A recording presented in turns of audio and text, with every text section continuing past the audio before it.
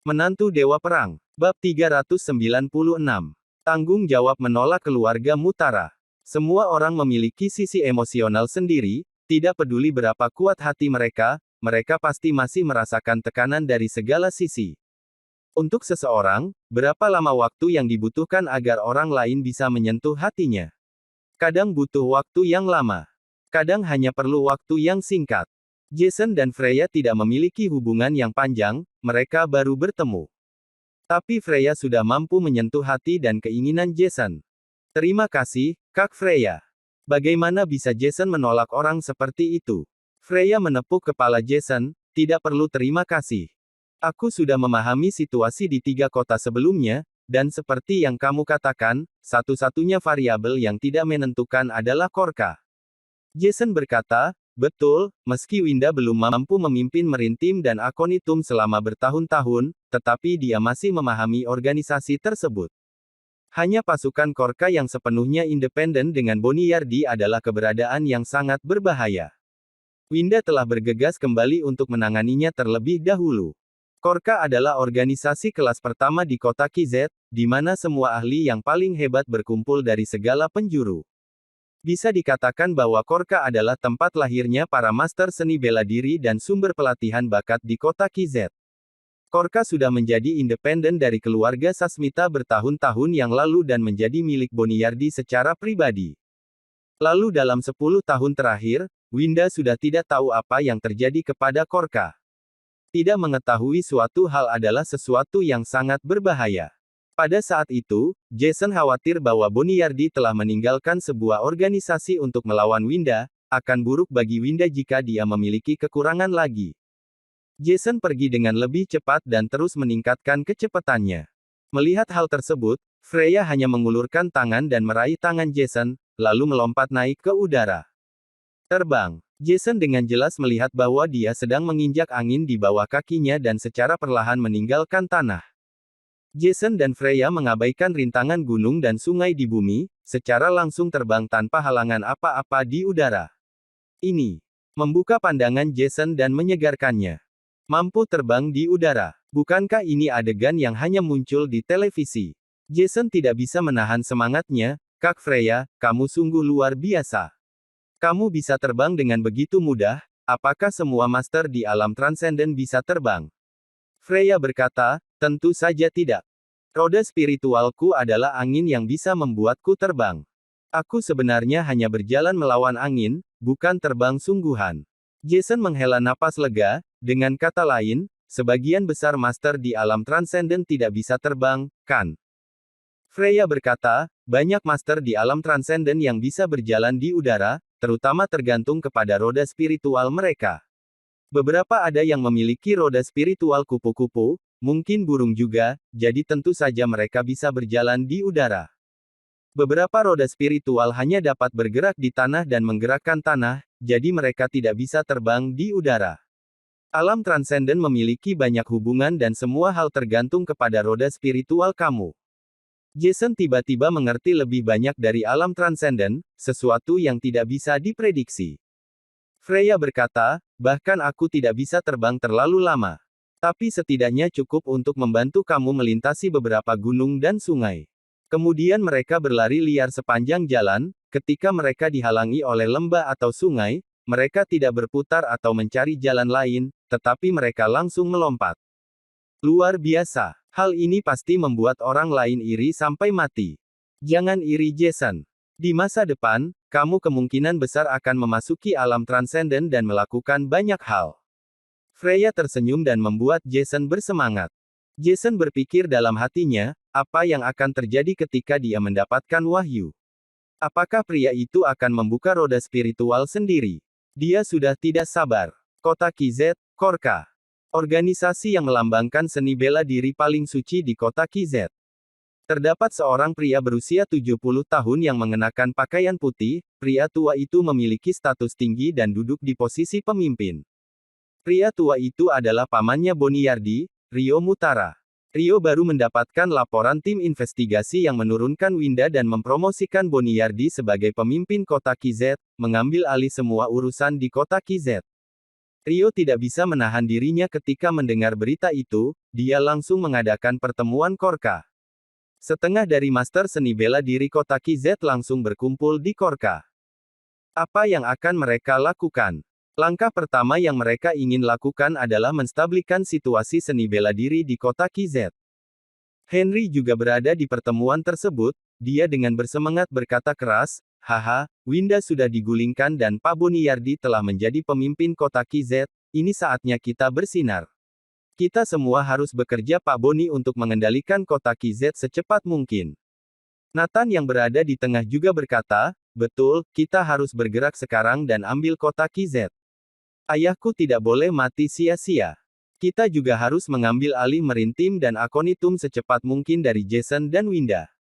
Calus juga membuka suara, "Sebelumnya Akonitum berada di bawah keluarga aku harus mengambilnya kembali." Rio berkata dengan dalam pada saat ini, "Masuk akal, kita tidak boleh terlambat dan harus bertindak sekarang." "Apakah semua anggota dari Korka hadir?" Henry berkata, "Pak Rio, semua hadir di sini." Rio berkata, "Oke, kalau begitu aku secara pribadi akan memimpin tim ke Akonitum. Pertama, kita akan pergi ke Akonitum, lalu kita pergi ke Merintim dan ambil alih pasukannya." Apakah kata-kata Rio dapat diandalkan? Tentu saja. Korka memiliki kekuatan yang cukup besar untuk mengambil alih Akonitum. Meski Akonitum memiliki ribuan orang yang adalah mata-mata elite, tetapi kekuatan tempur mereka tidak sebagus pasukan Korka.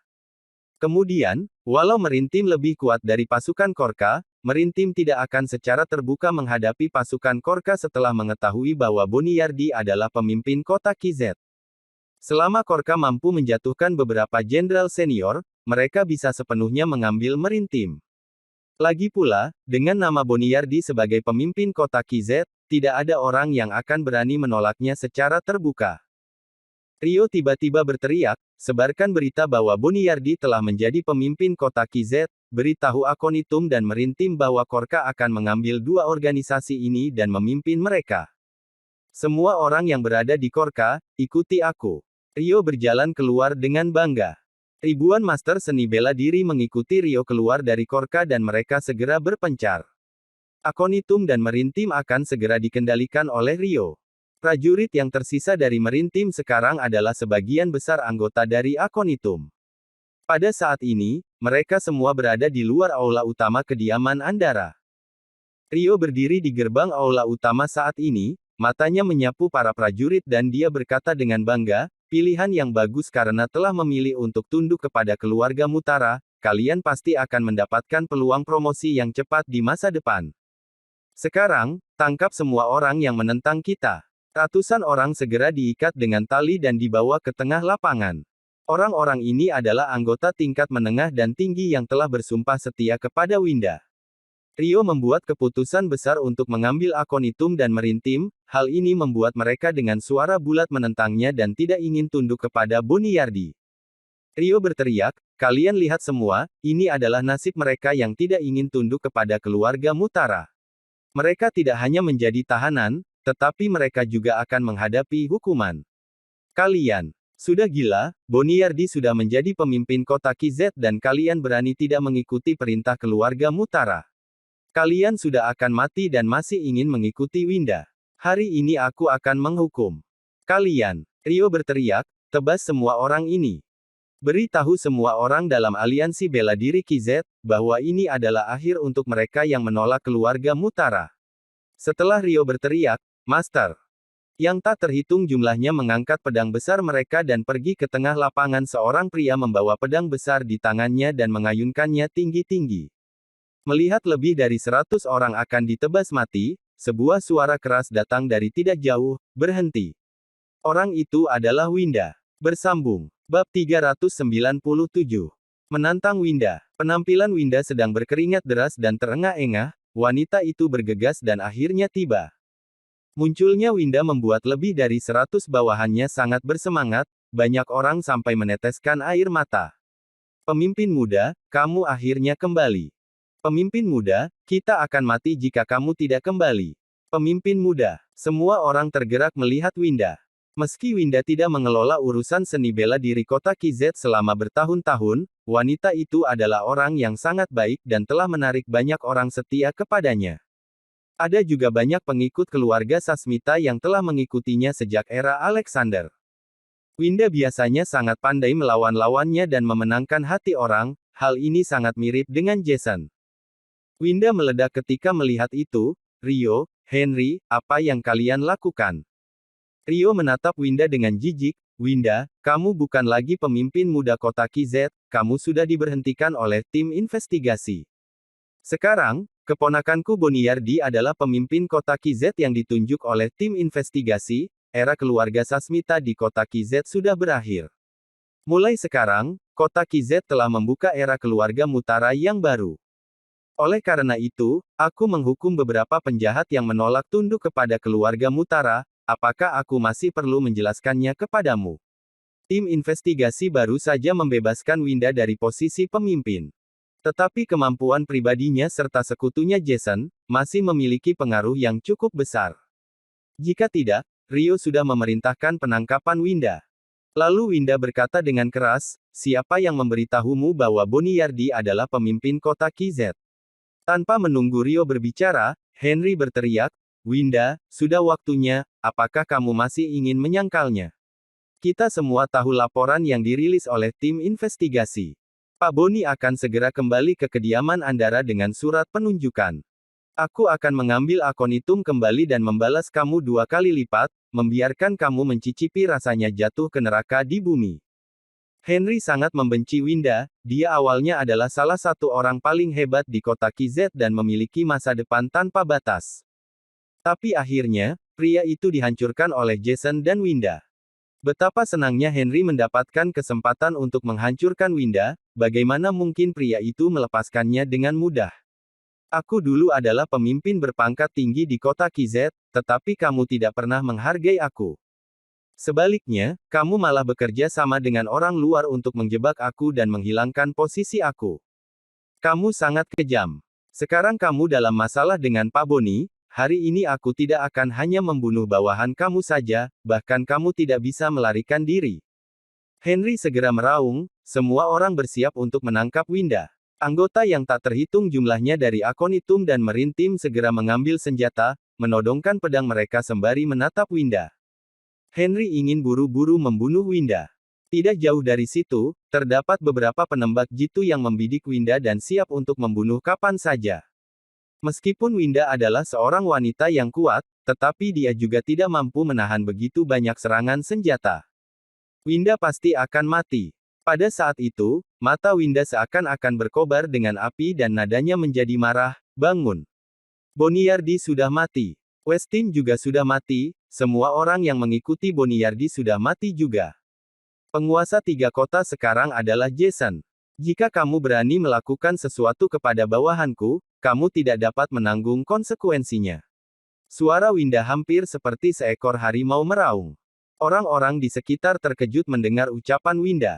Penguasa 3 kota, ini adalah posisi yang tidak pernah dipegang sebelumnya. Westin pernah mencoba yang terbaik untuk mendapatkan posisi penguasa 3 kota, tapi akhirnya diperoleh Jason.